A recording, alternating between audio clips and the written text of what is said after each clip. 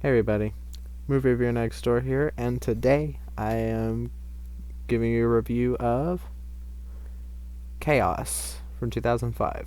Some places say it's 2006 because it came out mid-December of 2005, so I'm guessing it went out of theaters around 2006, early 2006, maybe.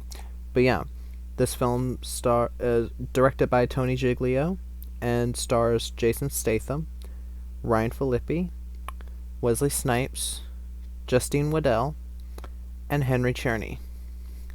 Now, this is a film about a disgraced detective, Quentin Connors, played by Jason Statham. He's brought back onto the force when he is requested by a man who's holding up a bank named Lorenz, played by Wesley Snipes. And he is put together with a rookie cop named Shane Decker, played by Ryan Phillippe, and they basically have to find out what's going on with the string of bank robberies. Who is this man? What are his motivations, basically? And it seems to be operating on chaos theory, where there seems to be chaos, but there's a certain thing linking everything together. So, what do I think about this movie? I think it's pretty good. Pretty great, actually. I know probably a lot of Jason Statham enthusiasts will probably say, nah, it's not really that good. I really like it. I think Jason Statham, this is his second, big, starring role, really. Main star. This was right after Transporter, I think, the year after. So it's very early in his career, and I do think he's... Let me just get to the cast, and then I'll get to the director. Jason Statham does a great job. Of course he does. He's very nice in the bravado category. He's very charismatic, as he'll continue to show today. I kind of wish he'd go back to movies like this that had less CGI and more practical effects. I wish he'd go back to movies like Transporter, where you had awesome fight scenes and just straightforward action movies. But nowadays, all these critics can't stand straightforward action movies. They're bad because they're action and they don't have a subtext. But yeah, he does a good job. Ryan Phillippe as Shane Decker. I'm a bit mixed on him in this, because I do like Ryan Phillippe, and I do think that he has grown significantly since the 90s and early 2000s with his acting. Because the last thing I saw him in was The Second, I think, and I thought he was actually pretty good in that. As an action hero, he sold it. He likes to do his own stunts, which is always a plus, and he's not afraid to get hurt in a movie, which adds to an action film's appeal for me, because they feel like actual humans and not just godlike creatures. I mean, there are movies like that I've liked, Commando being one of them, but he has that more down home touch. In this film, he starts out a bit wooden.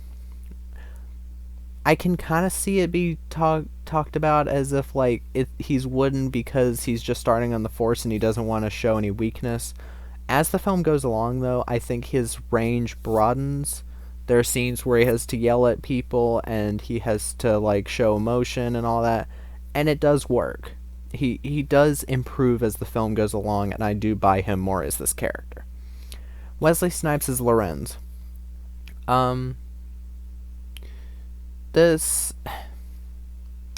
never seen him play a villain.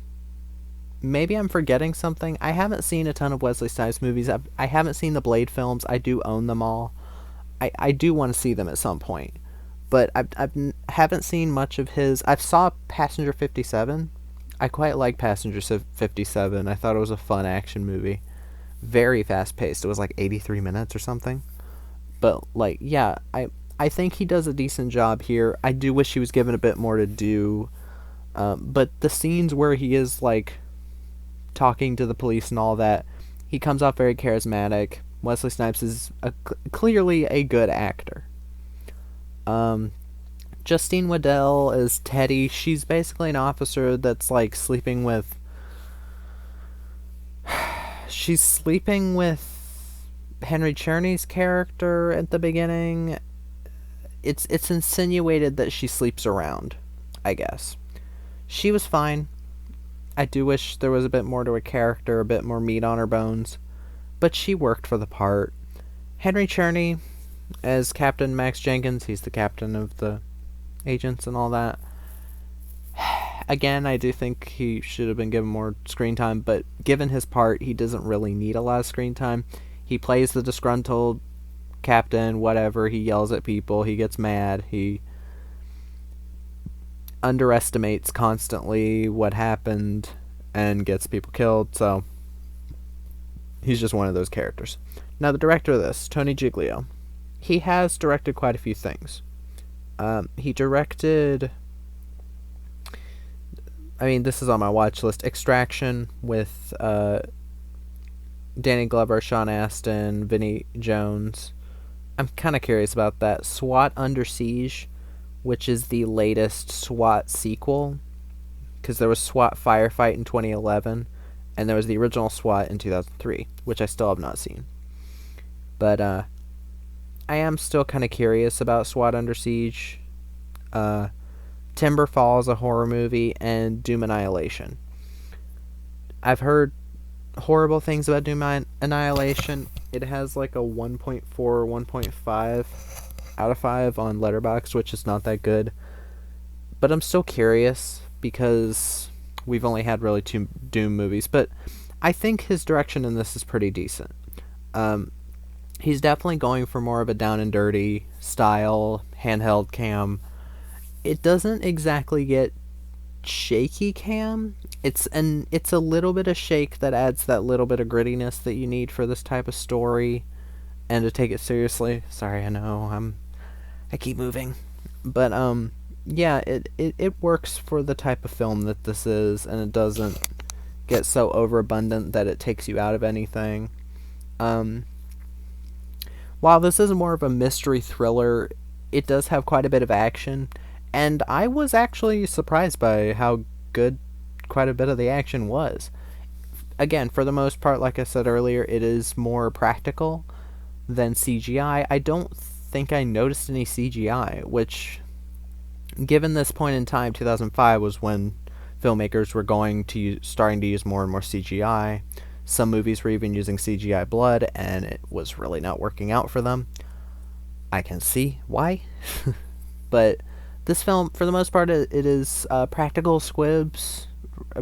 For all I saw, it was all practical squibs, practical explosions. Some pretty great explosions. There's like a bank that gets exploded and a house that explodes.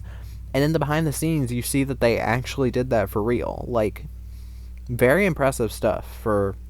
This film didn't have a huge budget. It had like a $16 million budget, which for this type of like action, thriller, crime, mystery type of thing isn't that much.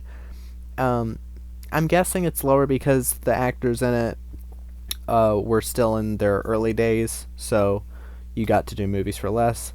But it seems like they spent the money where it needed to be spent, which is the production. And yeah, I do think this film pulls off what it was trying to do, be a mystery thriller and also have plenty of action for the fans. Now, the action is pretty varied. You get a pretty awesome motorcycle chase with Ryan Phillippe chasing after a guy on a motorcycle, and it's pretty sick. I don't know if Ryan Phillippe did that himself, but apparently, from what they said in the behind the scenes, Wesley Snipes and Jason Statham did 95% of their own stunts. Jason Statham doesn't really get to do much fighting in this, like, that kind of fighting. He more shoots people. I'm fine with that. This isn't a film that really warrants fighting, so I'm not mad at it. If they could have snuck some in there, I wouldn't have been mad, but yeah. But yeah, there's shootouts, there's explosions, there's the motorcycle chase, and yeah, it's all pretty impressive stuff for this type of film. They didn't just squander it. But yeah,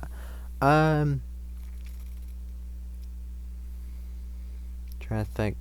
Because I don't want to give anything away. This is one of those movies that has a big old twist near the end. And I don't want to give it away. I'm not even going to do a spoiler thing. I do think people should just watch the movie. Don't look up anything about it. Just watch it. I think it's on, yeah, it's on Amazon Prime right now. So if you got Prime, look it up, watch it. Don't look on Letterboxd. There are people spoiling the movie. Do not spoil yourself. Just watch it. I'm not saying this is like one of the best things ever or anything. I'm just saying I really enjoyed it, and I hope other people will enjoy it. I'll get to the pros and cons. Jason Statham, Wesley Snipes, Ryan Phillippe all do decent jobs. The acting, for the most part, didn't take me out of it, but there were a couple of side characters that had pretty off acting. There's like the girlfriend of one of the bank robbers that's in an interrogation room. She's not that good. And there's a guy that works in the depository or whatever where they keep all of the evidence. He wasn't that good either, but for the most part the acting works for the film. Again, pretty great action, very well done, practical, blood squibs, explosions, bike chase. I liked the score. The score from Trevor Jones. I've never heard of him. He's probably done other things. It was kind of a... It's one of those that kind of like the Transporter has a bit of a theme to it. Like there's a theme that's like da da da da da da da da, and then it gets like faster during certain scenes, and it's kind of like a Bond movie in that way. It's kind of that type of sound font where they take the theme and they like reinterpret it for certain scenes, speed it up for big scenes, and for like emotional scenes it's like da da da da. I think I'm doing the Transporter one. It did remind me of Transporter. But yeah, and there's certain scenes where, like during the Ryan Phillippe bike chase, there's a really cool like kind of techno pop feel to it, and I didn't mind that. I liked some techno pop. The cinematography is very interesting. There are some really nice shots, but for the most part it is handheld cam, but it does work for the film. There have been people on Letterboxd who have complained of the film not looking ugly. I wouldn't say it looks ugly. The colors are definitely muted for the most part, but that works for the tone that this film is going for, which is more so serious and trying to be a down-to-earth kind of crime thriller, which I thought it succeeded at. Cons...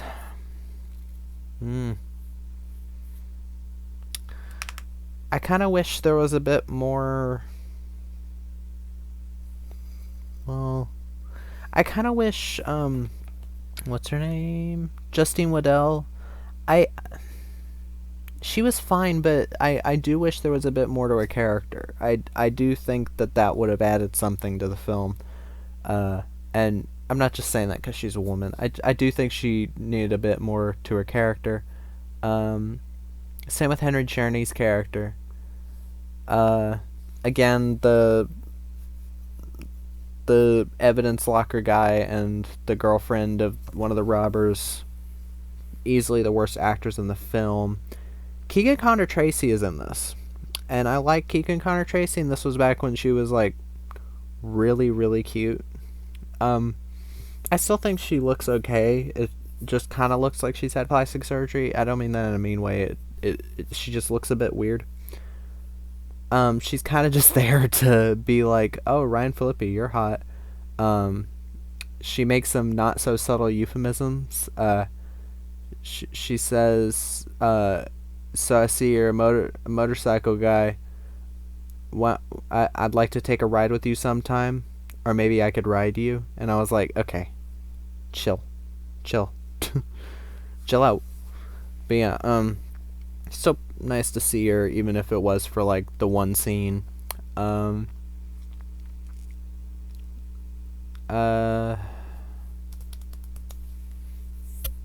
to think. The ending, I'm not giving it away. The way the film ends, you'll either hate it or love it. That's the only way I can say about it. Like Shattered from 2004 with Gerard Butler, Pierce Brosnan, Maria Bello. It's kind of like that kind of ending. You're either going to love it or hate it, or you'll either think it's a cop-out or you'll think that it fits perfectly with the tone of the story. I thought it fit well. But yeah, yeah, I just think this is a good crime thriller. And I'd even say action thriller, but not even the back of it calls it an action thriller, which I'm surprised with all the like fucking Shattered, the Shattered from 2022. Excuse me, I just hit my mic. The Shattered from 2022 that I recently reviewed called itself an action thriller when it really isn't. It's more an erotic thriller. The only technically action part is when they fight, but it's not even really a fight. It's more just like, more of a cat fight, which I don't know why the fuck the director or anybody involved in it called it an action thriller. I don't understand that. But yeah, like this can actually count as an action thriller because there's like 4 really good at least really decent action scenes. But yeah, I really liked the mystery. I liked the twists, and I thought it served its purpose. And I do think it is a bit of an underrated Jason Statham film. I'd even put this, I know people will hate me for this, above Crank. I just do not remember falling in love with Crank like so many have. Falling in love with its style. I thought the style was kind of nauseating. I thought it cut way too often. I thought the camera was way too shaky. And I kind of just didn't care for Jason Statham's character. But yeah, that's about it for this review. Comment, like, subscribe, whatever, and Movie Review Next Door, out.